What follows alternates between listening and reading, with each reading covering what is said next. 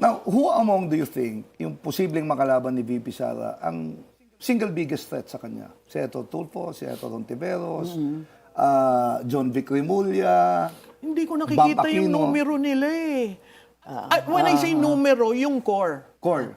Okay. Wala pa silang core. Si John Vic, probably Cavite, but after, si Revilla, si Kiko Barsaga, basta Cavite, ano ka naman, di ba sa local, di mo yung gagawin.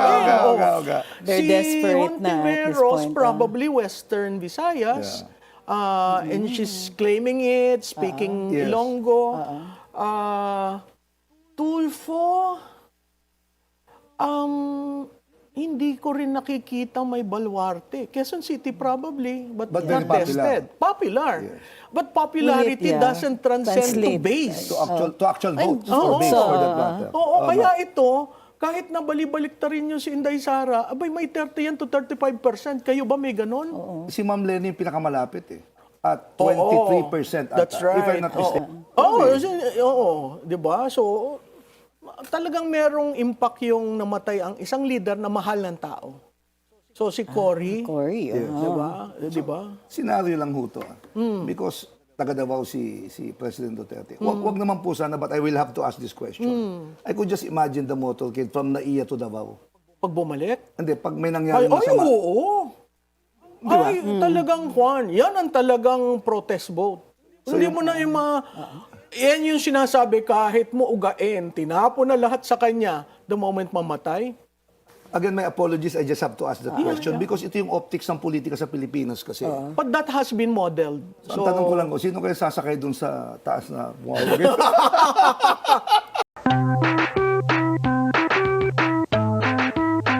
President of Publicos Asia, Professor Malu Tikia. Hi, good morning, Attorney Trixie. Good morning, Welcome back sa Nani. Spokes. Nice to see you No, again. this is my It's been a first long time, I think, in On Spokes. Spokes. Ay, sa Spokes, no, sa dito. Billionaire News. Sa Billionaire, Yes. oo, So, yeah. pinapanood ko Suking-suki. kayo. So, okay. nga po. Salamat sa Thank you for invitation. being here. Thank you. So, Well, more than Facebook friends kasi every year, hindi kami nagmimintis magbatean ng Merry Christmas, Happy New Year. During social. Ayan, oo nga. Tapos pinanonood ko si Nani, anong ginagawa nito? Farmer? Really?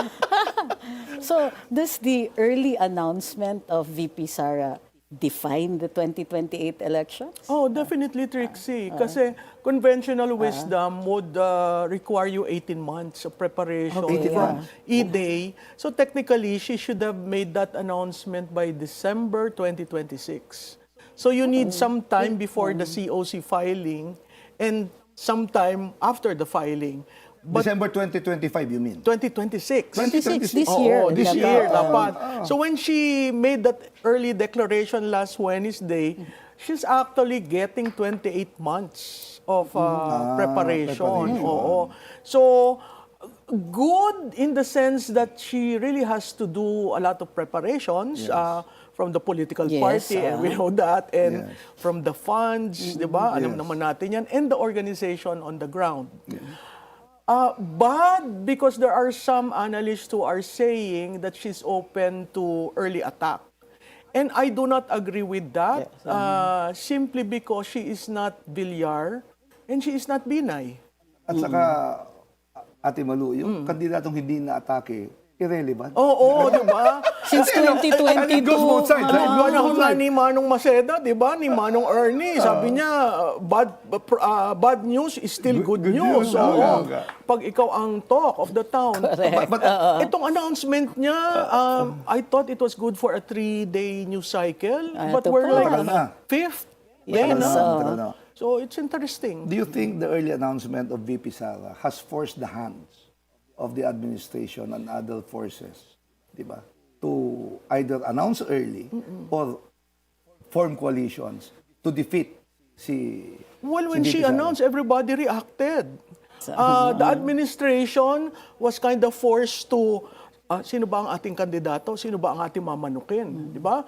And the other hand, the opposition, quote-unquote, because I would classify Vice President Duterte as anti-Marcos bloc. Because the opposition is being framed differently. So The kakampings, you mean? Oo. So Okay, yung okay. kakampings, yung dilaw, yung makabayan, abay, kailangan sila mag-agree muna yung terms of engagement. Di ba kung alliance ka, yun ang pinakamahirap, yung terms of engagement. Ba't ba tayo magsasama-sama? Bago pa umabot dun sa sino ang ating mamanukin. Napakahirap Ano, nun. I agree with Di you. ba? Many steps before a coalition can be formed. Yes. And by that time, even if you have an impeachment case, she is front runner. Whether you consider her as, sabi nga nung isang congressman, unbeatable. Not unbeatable. Wala naman ho nagsasabi na ang isang kandidato ay not unbeatable. Ang sabi po ni Joey Salceda, the former congressman, misguided daw yung early announcement. Hindi siya misguided kasi calibrated. I would say it's a Queen's Gambit hybrid. Kasi talagang inilaan niya yung sarili niya, di ba, Yeah, impeachment. you move the queen. Oo, inilaan niya yung sarili niya, o sige, iibahin ko yung framing, iibahin ko yung arena. Sa arena ng impeachment, defendant siya. Sa arena ng 2028, frontrunner siya. Yes, Hindi ko sinasabing panalo, ha? Kaya nga ako, I'm very conservative when I run campaigns. I always define my candidate as losing. Did you have a hand No, sa none. decision? None. I was in fact so surprised. Kasi nung huli namin pag-uusap, Mukha nga po. diba? So surprised ako kasi sabi ko, The shock is still there. oo, sabi ko, bakit ang aga? Naku, sandali lang. So I went back to my numbers and Yes. I came up with scenario. Sabi ko, pwede. So nung by the time she made an announcement, she gave me a copy of the speech. I was outside of Metro Manila. Trying, Before the announcement? Oo, kasi stress na ako doon sa, basta may nangyari, I was so stressed. Sabi ko, alis muna ako, magpahinga muna ako. Tapos when I received the copy of the speech, hindi ko naman binasa yung last page. Sabi ko, humihingi ng paumanhin, blah, blah, blah, realization, peaceably accepted my fate, blah, blah, blah. Wala akong driver. Di ako nagda-drive. Maya-maya, yung mga staff ko sabi, may announcement na ginawa. Tumigil ako sa isang gasolinahan. Tinignan ko ulit. Andun pala sa dulo. Oo, kaya sabi ko, good. Kasi it gave the anti-Marcos bloc a leader. Diba? Definite Yes. na leader siya. Pangalawa, it could lessen the sikuhan of all the parallel. Si Trixie, alam niya ito. There's so many coming from the 2022 elections. Yes, She believes in the power of parallel groups. Na yung ibang politiko ayaw ng parallel kasi ang gulo. Sabi ko, alam mo, pag gumugulo yan at nagbabanggaan, kumikilos yung parallel, payaan mo. Pero ayaw nila yun kasi... That's a plus. Oo, chaos daw, di ba? O sabi ko, maganda nga yun, hindi nakikita ng kalaban mo kung saan, di ba? Exactly. I was so surprised and then when I finally got to talk to her, sabi ko, sinong may alam? Alam ba ng tatay mo?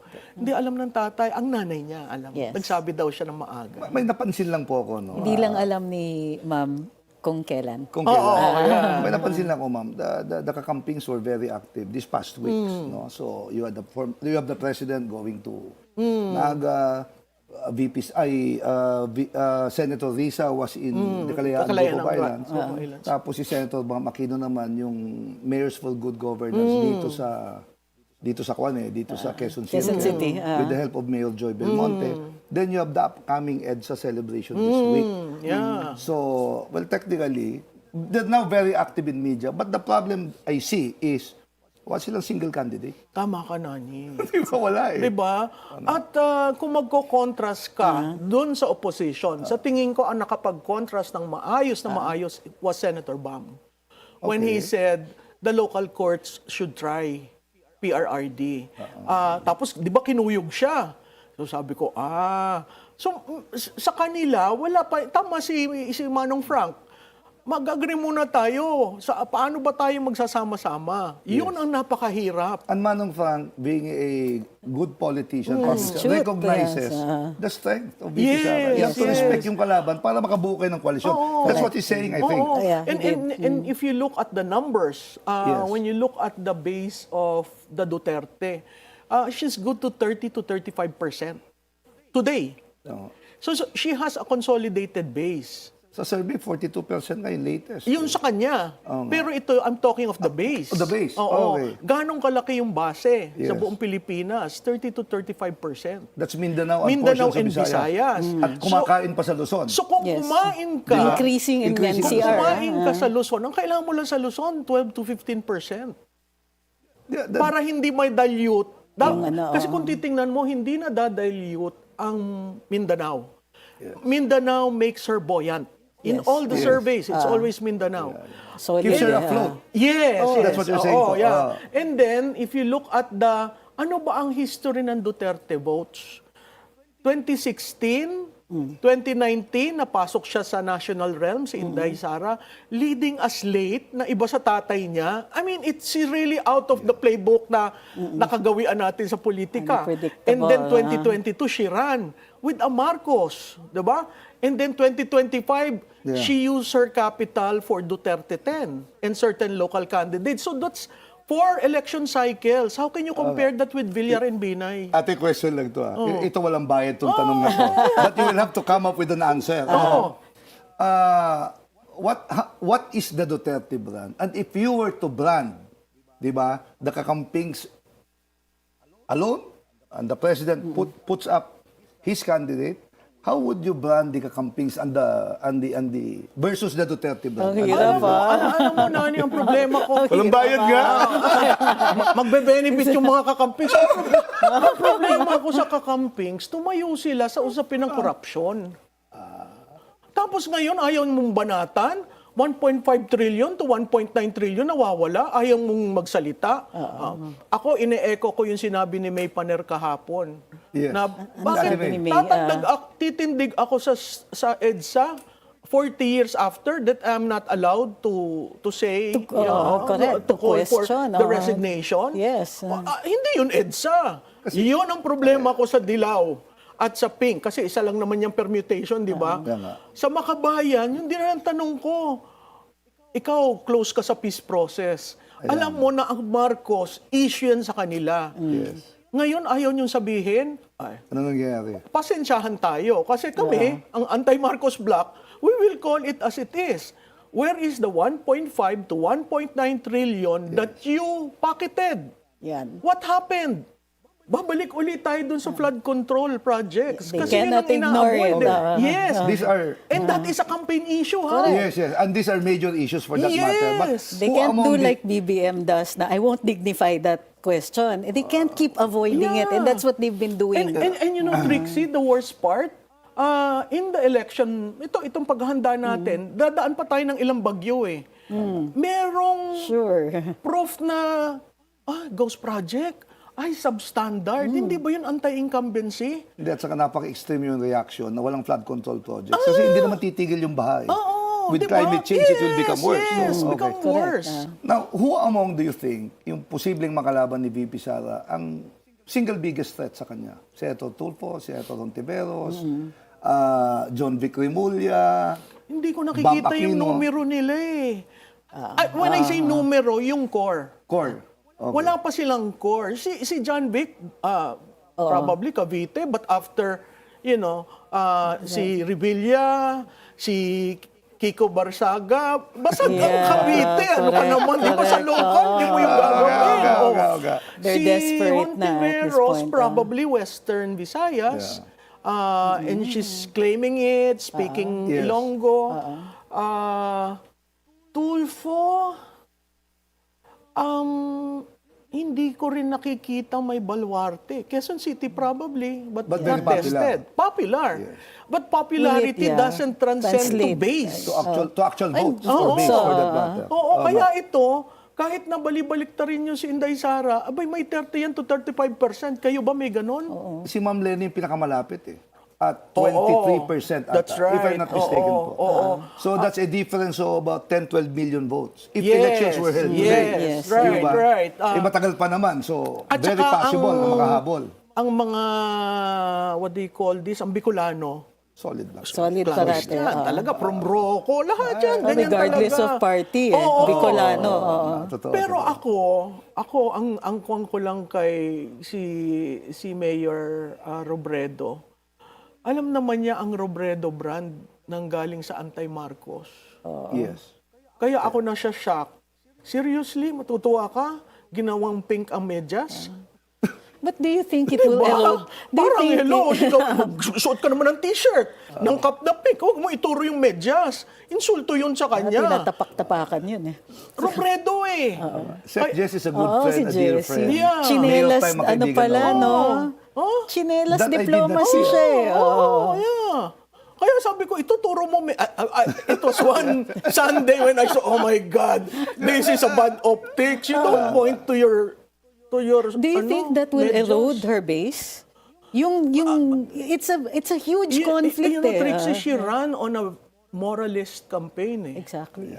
Diba? Introduce religion, introduce what is right, what is wrong. And now you are with the, Yeah. diba? Parang, hello, parang nananaginip ba ako? Si Kwan ba ito? Si Robredo ba ito?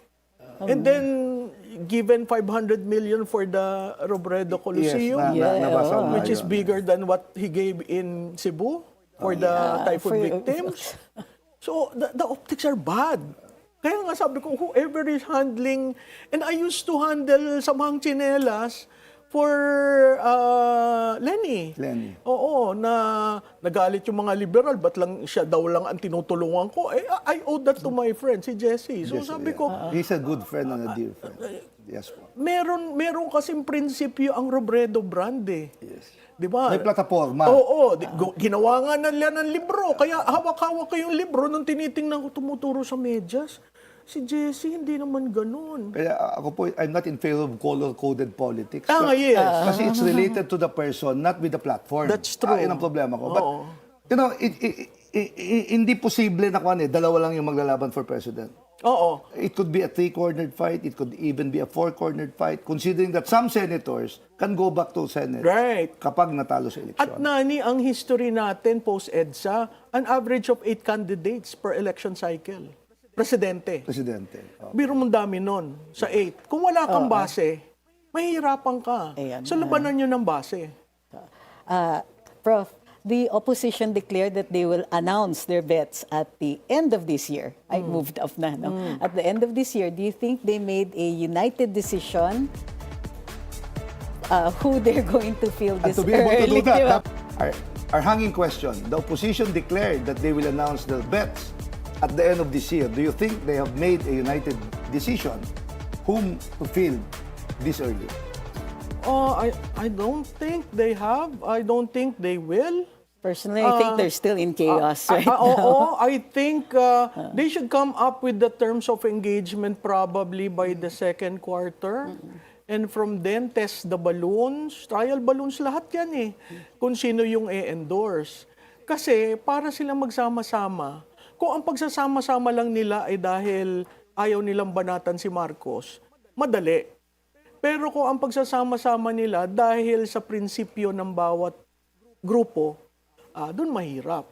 Question lang po, follow up lang po. Will this again go through the process of one sambayan o one sambayanan? Well, one Oo. sambayan po ata. Yeah. Where they had several candidates, then came up with Ma'am Lenny as the candidate. Pero that should be made very clear kasi ano yon, run-off ba sila? The process wala pa, by which ano, to select Diba? wala pa yes, yes. Kasi silang pag ganon, hindi klarado yung process, baka Mag-break. at pag nag-break, kasi naman nanalo.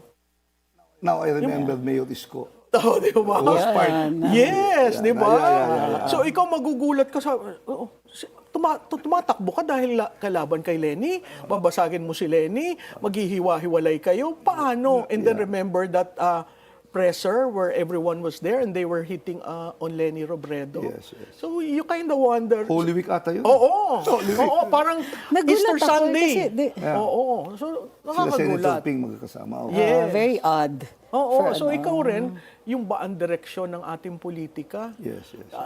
Alam mo, ang reform na nais ko sana, yung political party ang binoboto para less personal. Kunyari sa Malaysia, I may agree. signal ang mga party, lapis, prutas, yun. So political party ang mag-aaway-away, alam mo kakonti ang gastos. compared sa personality politics. Ang mahal na ngayon. May mali sa politika ho natin. Oo, We agree elect a ako president nun. pero multi-party yung sistema. Agree ako doon. Okay. Oo, dapat yun, two-party system lang tayo Yes, para yes, yes. madali. Just to shift things around, the choice of Filipino legal team for PRD's confirmation in The Hague, Medialdea, Bello, Adelgra, Lim, Dulay, how do you think they were chosen, or were they just invited? What are your thoughts on this? Ako ang sense ko doon, Attorney Trixie, talagang malalapit sa kanya. Yes. So, wala naman doon yung nasama pa nga si Attorney Lim. Yun, malapit yun sa kanya eh. Yes, Hindi naman alam ng lahat ng tao. But the rest are known PRRD boys. Yes. So I think it's a level of comfort and confidence of the former president. I think he's calling his Yeah. his old guard. Yes, Kumbaga, yes, yun yes. yan, di ba? And I like what he wrote. When he Classic Duterte. Oo, di ba? Sino ba? Who wrote what? Si Duterte, yung hindi dun siya sa a-appear. O, kine-question niya yung jurisdiction, sinabi niya doon, linay niya yung predicate. Ako'y dinala dito, ang eroplano, chinarter, tapos ang dulo, mahal ko ang Pilipinas. That's classic. I remain your faithful servant. Yes. Question lang mo. Normally, when you go to court, you see your family. Di ba? Pag ikaw ay na-aresto. In this particular instance, since hindi siya mag-a-appear, hindi niya makikita yung pamilya niya, yung mga abogado niya. Only phone calls were allowed. Walang personal visits. Hindi, lawyers pwede in personal visit. Lawyers Family, pwede. hindi pwede. Pero ang What's the family has difference? always been there. Nagro-rotate nga Kasi sila. Kasi sa Every week kultura ng naman Pilipino may kasi ano. mabigat yung pamilya. Oo, yeah. No, because now he is facing a court. It's so you need your legal team. It's your legal family now. Take over muna sila. Okay. Sorry, yung personal will be set aside for now. I had to tama ask yun, that so that people can understand, di ba, on the legal processes. Do you know Sa what? abroad. Pero alam mo, Magkaiba eh. naging close sila ni BP. Dati naman hindi sila close. Dahil dyan sa pagkakatapon sa kanya, Is that an analysis or a chismis? ay hindi, analysis yun. Naging it's a close fact. sila. It's a fact. It's a Kaya sabi ko, maganda rin naman. Naging close sila ni Kitty. Yes. Isa pa yung development. Na-accept yung mga girls sa buhay ni PRRD. So, yung mga realidad girls, ng pamilya, di ba? Talaga. Oo, di ba? Kaya sabi ko, ay, talaga, maganda naman pala yan. Kasi kung titingnan mo si Inday noong 2022, meron siyang problema sa tatay. Yes. It was. Di ba? At saka kay Bongo, I mean, common knowledge naman. Even in her running for VP, mukhang that was a determining factor. But di siya tumakbong presidente. That's right. Technically, based on service at that time, sure winner siya. Sure siya, oo. Based on service at that time. Yeah. Yes. True. So, naging close, nasasaran yung chapter na yon, and they're moving as a family now, which is good. Yung legal case po nila sa ICC, will that impact on the campaign of President, on VP Sara's campaign? Oo naman. Kasi ang senaryo na mo-model diyan, kung nandito siya, anong impact? Kung wala siya, anong impact? Kung mamatay siya, anong impact? Lahat doon God forbid. Lahat doon positive. Oo, kaya We've seen that in the past in this country. yes. Yung may namatay, may Diba? nagpresidente. Oo. Di ba? Si Noynoy was, for experience ko nun, si Noynoy nandun sa tabi. Ninoy. Oo, di ba? So, talagang merong impact yung namatay ang isang leader na mahal ng tao. So, si Cory, Cory. di ba? Senaryo lang ho to. Because taga Davao si President Duterte. Wag naman po sana, but I will have to ask this question. I could just imagine the motorcade from Naiya to Davao. Pag bumalik, Hindi, pag may nangyari ay, masama. oo. Ay, talagang, Juan, yan ang talagang protest vote. Hindi mo na yung yan yung sinasabi, kahit mo ugain, tinapon na lahat sa kanya, the moment mamatay. Again, my apologies, I just have to ask that question because ito yung optics ng politika sa Pilipinas kasi. But that has been modeled. So, ang tanong ko lang ko, sino kaya sasakay dun sa taas na bumabagay?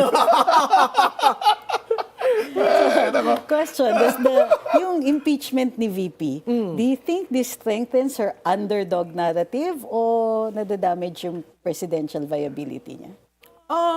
Alam mo, nung nag-declare siya, karamihan ng kaibigan natin sa Kongreso, sabi, ano ba yan?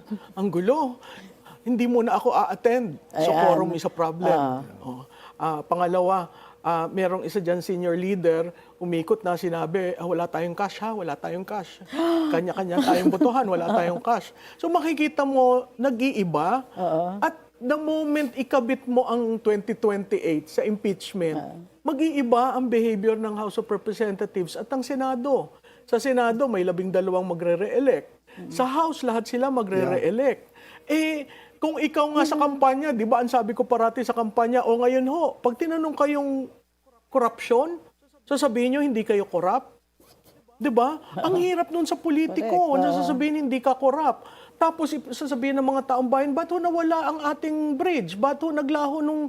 So corruption is going to be the major trigger Yeah, it's the question for voters to vote incumbents out of office. Alam mo ate, it's a given fact that in this country, once you get elected, political butterflies abound. Oh, So true. in that sense, may fracture doon sa original party mo, lilipat ka. But sabi po ni Earl Pareño, of course you know Earl Pareño, he claimed na medyo fractured po rin ata yung base ni Sara Duterte because the father supporters may not automatically support the daughter. True. That's a reality because iba yan, magkaiba yung... when she assumed, even as city mayor, Magkaiba yung mundo. Inalis niya yung mga inalis niya tao yung ng mga tao tatay ni niya. Digong.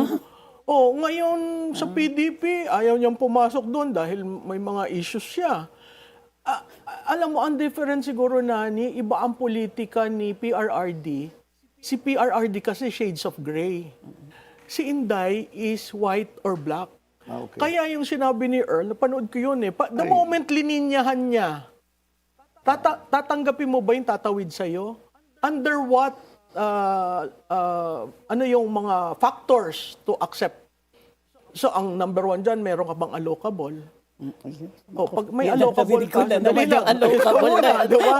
At yung allocable, alam ng lahat. Correct. Kasi may public yung listahan. Yes, Meron ka bang ghost projects? Hindi kita tatanggapin. Actually, ang may nagsisend na sa kanya ng December pa lang ng Merry Christmas, pasensya ka na, pumirma kami dun sa impeachment. Wala siyang reaksyon. Dead ma. Question lang po. With her 43% rating right now, can she afford to do that? Or is she willing to do that? Because sa tingin niya, yung base ko medyo matibay. Solid. I think she is willing to do the hard decisions because she has been standing alone from 2023 when the whole thing started. Yun nga yung sabi niya, yung mga kaalyado ng tatay ko, wala naman. Ako lang ang tumitindig dyan. Ako nakikipag-away. Ako lahat. So, ito yung tao. Kaya nga natutuwa ako dun sa kanyang sulat na sinabi niya, I have peacefully accepted Yes. my fate. May realization siya That na she ito yung lives buhay for ko. others. Yun Na hindi masaya pero yung burden. Pero nung recently tinanong ko, kamusta ka na? Ano na? Para daw siya nakahinga, naalis yung fog Yun. You know, by announcing. the father, when he ran for president, is 1% became president. Yes. And so was VP Lenny. From Oo, 1% yeah. to vice president yun. Yeah. So, is that the kind of elections we will see? Yung mga... I doubt very much for 2028. Labanan talaga ng Baluarte. The next Baluarte part, talaga. In the more practical terms. Yeah. Yun. The next part of our program is called Tough Questions. Tough question natin. Kaya-kaya. Kala ko What do tapos you na think? yung Ito kasi kinahalo eh. What do you think is I'm VP just reacting, Sara's Oo. intention in running for president? Yung totoo. Who? VP. Intention niya? Yeah, Because, running for president. Ano ba yan? She wants Shield to ba yan? correct the errors done. So- and she wants a strong economy. Iyon. Basic yun sa kanya kasi hindi nag-expand yung domestic economy, tumataas ang unemployment, kakaunti ang foreign direct investment. So, economy ang kanyang number one. At na-prove niya yun sa Davao. Yes. Naayos na yung ekonomiya ng Davao. Debt-free. Yes, Diba? yes. So, but follow up lang. Do you think that, ano ba yan? This is, there's an intention on revenge? Do you believe what she says na hahayaan ko yung vice president ko to take care of that? Sa tingin ko malaking bagay yung pananagutan. Yun, accountability. na kailangan it ends with her so that there will be the future politicians will be more accountable, more transparent to the voters. So my sense is defined na yung isip niya na ang BP ko magsisik ng pananagutan tapos ako sa governance. So the yung siya economy, nag-isip. Yun. Question lang po, bad governance is equal to bad politics, is equal to bad, Bad economics, economics, true. therefore bad for the people. Yes. Are you seeing a Duterte presidency na hindi ganun ang mangyayari? Or, and you also see that, like say, si VP Lenny yung tumakbo, yung contrast lang nung dalawa when it comes to good governance? Mahirap na tanong yan. Tough question nga, ikaw naman si natin. VP, she will make the hard decisions. Yes. VP Sara. VP Sara. Si Kwan kasi, si former VP Lenny, inclusive siya sa process. Inclusive. Oo, matagal bago magkaroon ng desisyon. Ma-consult siya, consultations. Oo. Pero si VP Sara, hindi. Decisive. Dating sa problema, susolusyonan. Sa tingin ko, yung trait na yon, we will have a leader who will make the needed decisions. Not necessarily the right, because contextualize yan. But the needed decisions that need to be made. Yes. How would you rate VP on the following as a political leader? Complex. Kasi sanay ako sa mga nahandle kong kandidato, defined eh. 1 plus 1, 2. Oo, di ba? 1 plus 1, 11. Oo. Plus Maraming pa. lateral thinking, Divided by hindi 12. sequential. So, public service. Ano yan? By numero? 100%. Ayun. Natutuwa ako doon sa public service. Follow-up question ng Attorney Trix. Is being predictable good for politics or bad? Good for politics. Being Good for predictable. the economy. Good Yeah. predictability. Diba? Certainty, predictability, stability. Yun ang gusto. So, Pamiski, now, you have also have to consider foreign countries na looking at you during this election. So, from 1 to 10, how would you rate yung pagiging transparent, inclusive ni VP Sara? 10 being the highest. Siguro nasa 8. Okay. That's good Fiscal enough. responsibility as steward of the resources. Ay, pag nakita mo yung ginawa sa Davao City, di 10 yun. Plus, Pero mong plus, bayaran plus, ng utang. Sabi ko, ba't naman binayaran ng utang? Kasi gusto daw niya yung susunod. Clear Clean and slate, can dream, di ba? So, on a scale of 1 to 10, 12. You're simply saying may fiscal responsibility. Oo. So, do we expect na she will scrutinize the budget? Probably, and so is VP Lenny. Kasi VP Lenny kasi walang COA issue. Di ba? So, they will scrutinize the budget. At sisiguraduhin Wala din nila. naman tunay na COA issue si VP Inday. Tunay, ha? Well, Ako, pardon me for my siguro friends. sa akin, Looking forward lang ako. Nani, sa akin mahalaga ang